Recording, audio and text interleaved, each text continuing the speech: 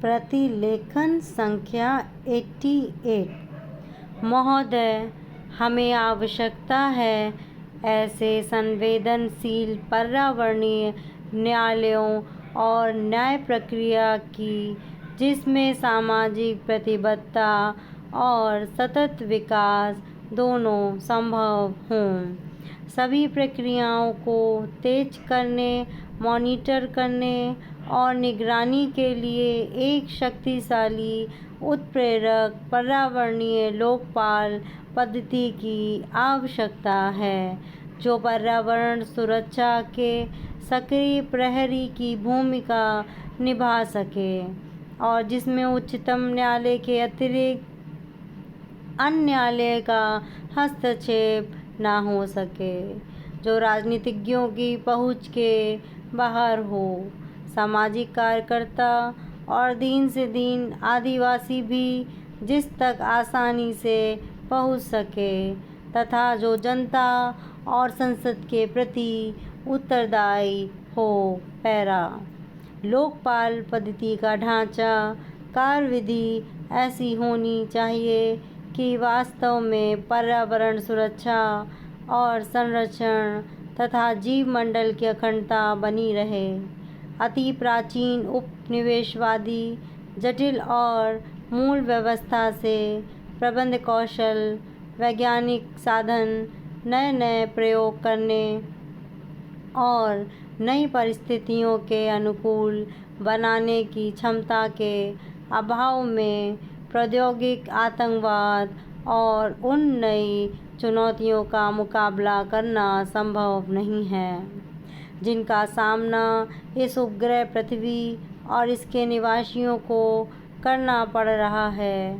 हमारी न्यायिक व्यवस्था अनेक प्रकार के संकटों से घिरी है और यदि हम वास्तव में पर्यावरण संबंधी मामलों के साथ न्याय करना चाहते हैं तो ऐसे पर्यावरणीय न्यायाधिकरणों की आवश्यकता है जिनमें विधिवेत्ता और विषय विशेषज्ञ दोनों का सक्रिय सहयोग प्राप्त हो।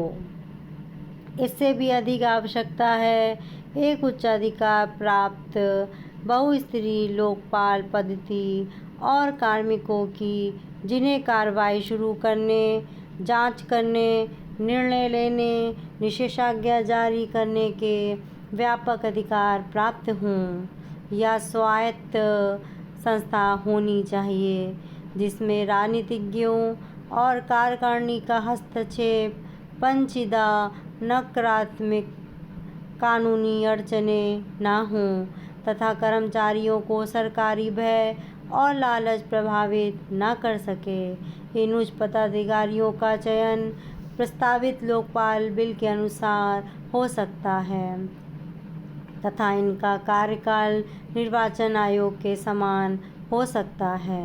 पैरा। आम नागरिकों और सामाजिक कार्यकर्ताओं के लिए इन उच्चाधिकारियों तक पहुंचने में कठिनाई नहीं होनी चाहिए और आवश्यकता पड़ने पर उन्हें निःशुल्क कानूनी सहायता उपलब्ध कराई जानी चाहिए। सूचना प्राप्त करने की स्वतंत्रता अमेरिका के कानून की तरह स्पष्ट हो और कानून लागू करने का सांविधिक अधिकार इन अधिकारियों को प्रदान किया जाए ताकि इसके अभाव में पर्यावरणीय न्यायालय संस्था का नैतिक पतन न हो। पूर्ण न्याय दिलाना मुख्य उद्देश्य होना चाहिए, न कि केवल आदेश जारी करना।